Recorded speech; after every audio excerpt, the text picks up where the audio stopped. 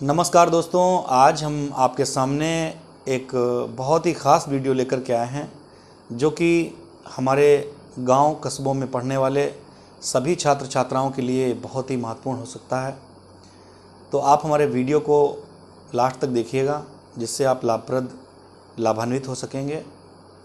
साथियों, सबसे पहले मैं आपको बता दूं कि हमारा YouTube चैनल जिसका नाम है अपडेट इंडिया 2.0, साथियों काफ़ी दिनों से हमने इस पर कोई भी वीडियो अपलोड नहीं किया था। उसके हमारे व्यक्तिगत कारण थे, लेकिन अब आपको फिर से इस चैनल पर आपके शैक्षिक व्यावसायिक मार्गदर्शन हेतु वीडियो प्रोवाइड कराए जाएंगे। जो भी इच्छुक लोग हैं जिनको इसकी आवश्यकता है वो लोग हमारे चैनल को सब्सक्राइब कर लें और वीडियो को लाइक और शेयर करें। आज हम बात करेंगे सबसे पहले कि जो इंटर के पश्चात जो बच्चों की प्रमुख समस्या है कि उनका मार्गदर्शन किस प्रकार से हो, उनको कौन सी दिशा दिखाई जाए जिससे कि उनका जीवन सफल एवं उज्जवल हो सके। जैसा कि आप सभी को विदित है कि कल दिनांक 9 जून को हाई स्कूल एवं इंटर का यूपी बोर्ड रिजल्ट आ रहा है। बात यह है कि जैसे ही विद्यार्थी कक्षा 11-12 में आता है उसके सामने एक बहुत बड़ी समस्या होती है कि वो अपनी पढ़ाई किस तरह से करे कि वो जीवन में सफल हो सके और वो अपने पैरों पर खड़ा हो सके। वस्तुतः उसके समक्ष एक मार्गदर्शन की आवश्यकता होती है, ऐसा मार्गदर्शन जो उसके कैरियर को ही नहीं वरन उसके जीवन को भी मार्गदर्शित करे। इन सब चीज़ों के बारे में विस्तृत चर्चा हेतु हम इस वीडियो को लेकर के आपके सामने आए हैं। सबसे पहले तो मैं आप सभी व्यूअर्स को बधाई देना चाहता हूं और ये शुभकामनाएं देना चाहता हूं कि आप सभी अपने जीवन में अपने भविष्य को उज्जवल बनाएं और अपने माता पिता एवं गुरुजनों का नाम रोशन करें। आइए उन बिंदुओं पर चर्चा कर लेते हैं जिन बिंदुओं की आपके जीवन में महती आवश्यकता है। सबसे पहले तो हमें ये जानना चाहिए कि हमारे पास जो इंटरमीडिएट में जो सब्जेक्ट्स हैं उन विषयों का पूर्ण ज्ञान हमें अच्छी तरह से होना चाहिए। जैसे आप साइंस स्ट्रीम के हैं तो फिजिक्स, केमिस्ट्री, मैथ्स या फिर फिजिक्स, केमिस्ट्री, बायोलॉजी इन विषयों का अध्ययन करते हैं। साथ ही साथ सामान्य ज्ञान के लिए सामान्य हिंदी और सामाजिक विज्ञान विषयों को हम लोग पढ़ते हैं।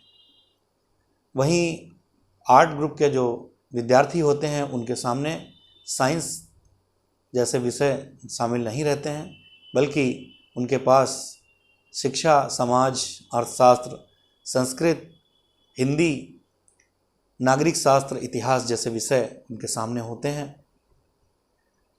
बात किसी भी स्ट्रीम की नहीं होती है, बात इसकी होती है कि हमने उन विषयों का अध्ययन भलीभांति किया है अथवा नहीं किया है। उन विषयों का भलीभांति अध्ययन करने से हमारे अंदर एक रुचि पैदा होती है कि हम किन विषयों की ओर आगे बढ़ें। ज़रूरी तो नहीं है कि सारे सब्जेक्ट्स में विद्यार्थी को इंटरेस्ट हो। कुछ विषय उसके अपने चुने हुए होते हैं जिनमें उसको विशिष्ट नॉलेज होता है और उसकी विशिष्ट रुचि होती है।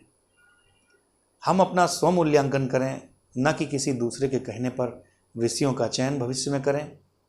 हम ये देखें कि हम किन किन सब्जेक्टों में, किन किन विषयों में हमारी रुचि अधिक है। इंटरमीडिएट का रिज़ल्ट आते ही उसको एक बहुत भारी चिंता होती है कि हम अपने जीवन को किस प्रकार से आगे बढ़ाएंगे। तब उसके सामने ये जो विषय चयन करने की समस्या है, ये समस्या उसके सामने आ जाती है। वस्तुतः जो विषय आवंटन है, जो विषयों का चयन है, ये स्वविवेक, स्वमूल्यांकन के आधार पर होता है, लेकिन फिर भी ये उस कॉलेज पर डिपेंड करता है कि उस कॉलेज में कौन कौन से विषय हैं। सबसे पहला चीज़ यह है कि हमें ये पता करना चाहिए कि जिस कॉलेज में हम एडमिशन लेने जा रहे हैं उस कॉलेज में कौन कौन से विषय हैं और उन विषयों को पढ़ाने वाले कौन कौन से प्रवक्ता लोग हैं। उसी आधार पर हम अपने विषयों का चयन कर सकते हैं। साइंस फैकल्टी की बात सबसे पहले हम लोग कर लेते हैं। जैसे कि किसी को विज्ञान विषय लेकर के आगे बढ़ना है, अर्थात उसको मेडिकल क्षेत्र में आगे बढ़ना है, उसको नर्सिंग के क्षेत्र में आगे बढ़ना है, तो उसके पास जो बायोलॉजी सब्जेक्ट है, जीव विज्ञान है, वो उसके पास होना अनिवार्य है।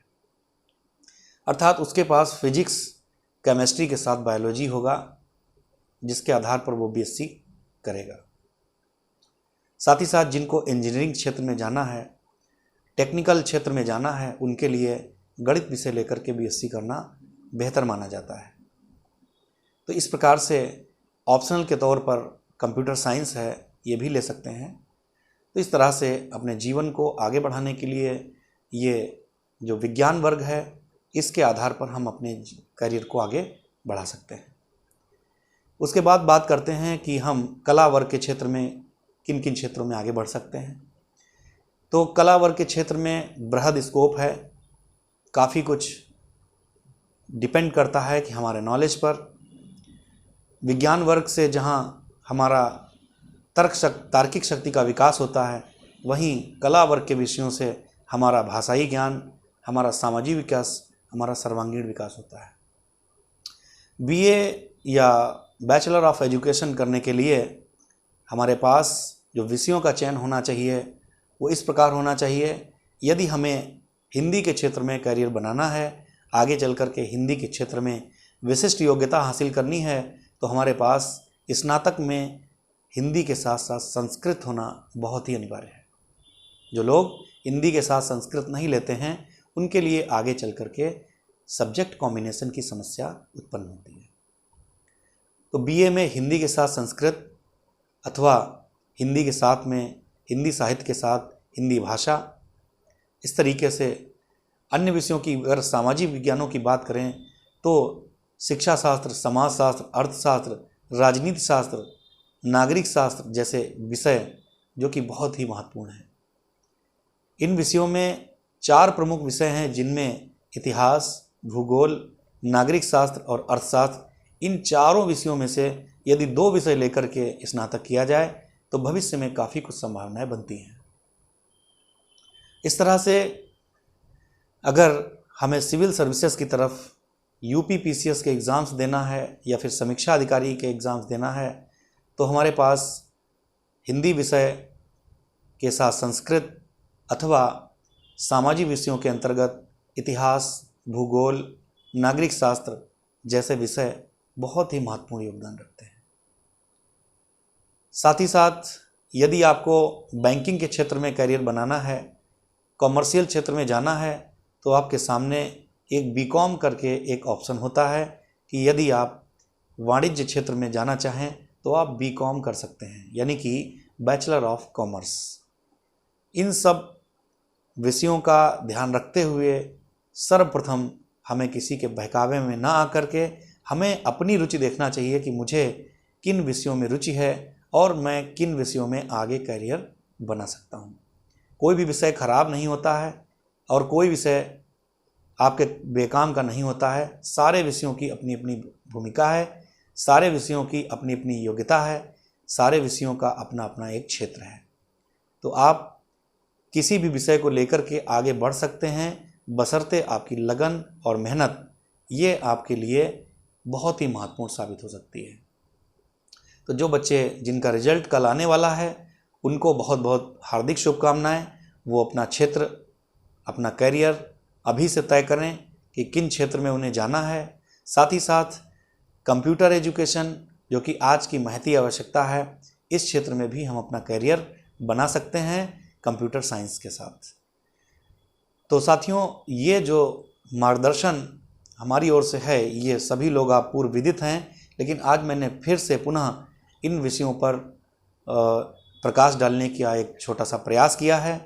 यदि ये प्रयास आपको अच्छा लगे, सफल लगे, तो आप इस वीडियो को दूसरों तक पहुंचाइए, जिससे कि उनका भी मार्गदर्शन हो सके।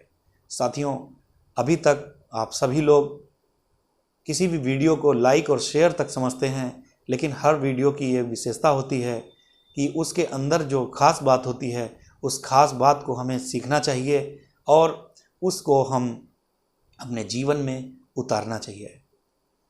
तो सभी को हार्दिक शुभकामनाओं के साथ मैं ये उम्मीद करता हूँ कि आज का वीडियो आपको अच्छा लगा होगा और आज का वीडियो आपके लिए हेल्पफुल रहा होगा।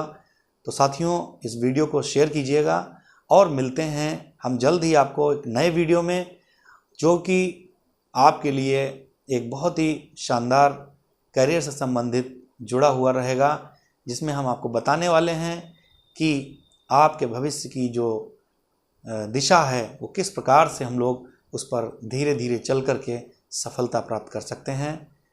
तो आप इस वीडियो को ज़रूरतमंद लोगों तक पहुंचाइए। आप सभी का पुनः हार्दिक स्वागत करता हूं, अभिनंदन करता हूं। Thank you all of you.